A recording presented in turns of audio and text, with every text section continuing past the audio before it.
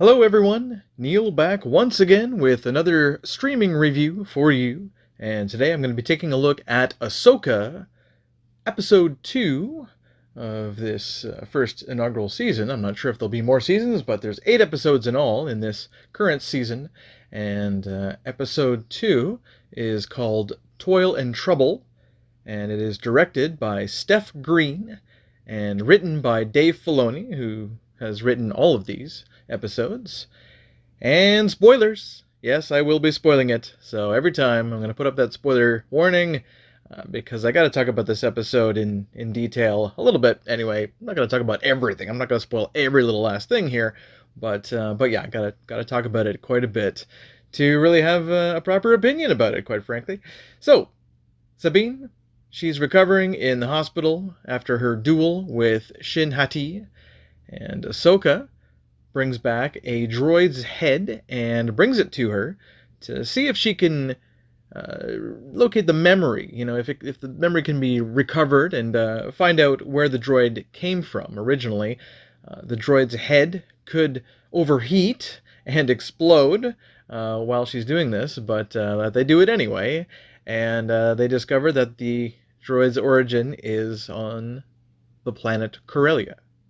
Ahsoka and Huyang, who I was just informed was actually in the Clone Wars animated series. That's where I've seen him before, and that was starting in Season 5, Episode 7. Thank you, loyal viewer, for letting me know about that. Now, they go and they decide to meet Hera while Sabine continues to recover in the hospital. Meanwhile, Balin's Skull and his apprentice, Hati, have found a shrine built by ancient people from a distant galaxy, and Lady Morgan shows them the way that the map works and finds where Thrawn is supposedly located. Balin, he's not so sure though. He says he feels the future is very clouded.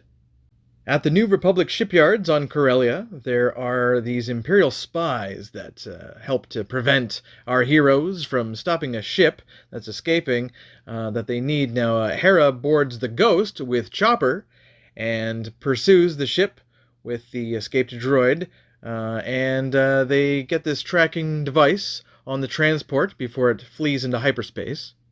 We are also introduced to a new villain, Marok, who's this other lightsaber-wielding villain that Ahsoka must deal with. He's like Snake Eyes from G.I. Joe, wearing all black, and he's mute. Well, so far he's mute anyway. And he's got this red lightsaber, and Balin seems a bit more orange than red. Marok winds up escaping after a fun little duel with Ahsoka. Sabine returns home to her space cat and her Mandalorian armor as well. She suits up and meets up with Ahsoka, telling her that she's ready to be her apprentice once again, to start training again. And their droid friend Huyang tells them that the escaped ship was actually tracked to the Danab system on the planet Cedos, and the three of them take off in pursuit. Meanwhile, the bad guys are completing their Eye of Sion hyperdrive gizmo so that they can journey all the way to this other portion of the galaxy, I guess, to get Grand Admiral Thrawn. Balin warns Ahsoka is coming, though. She's coming. Look at. So Morgan wonders if Balin is being too sentimental, though.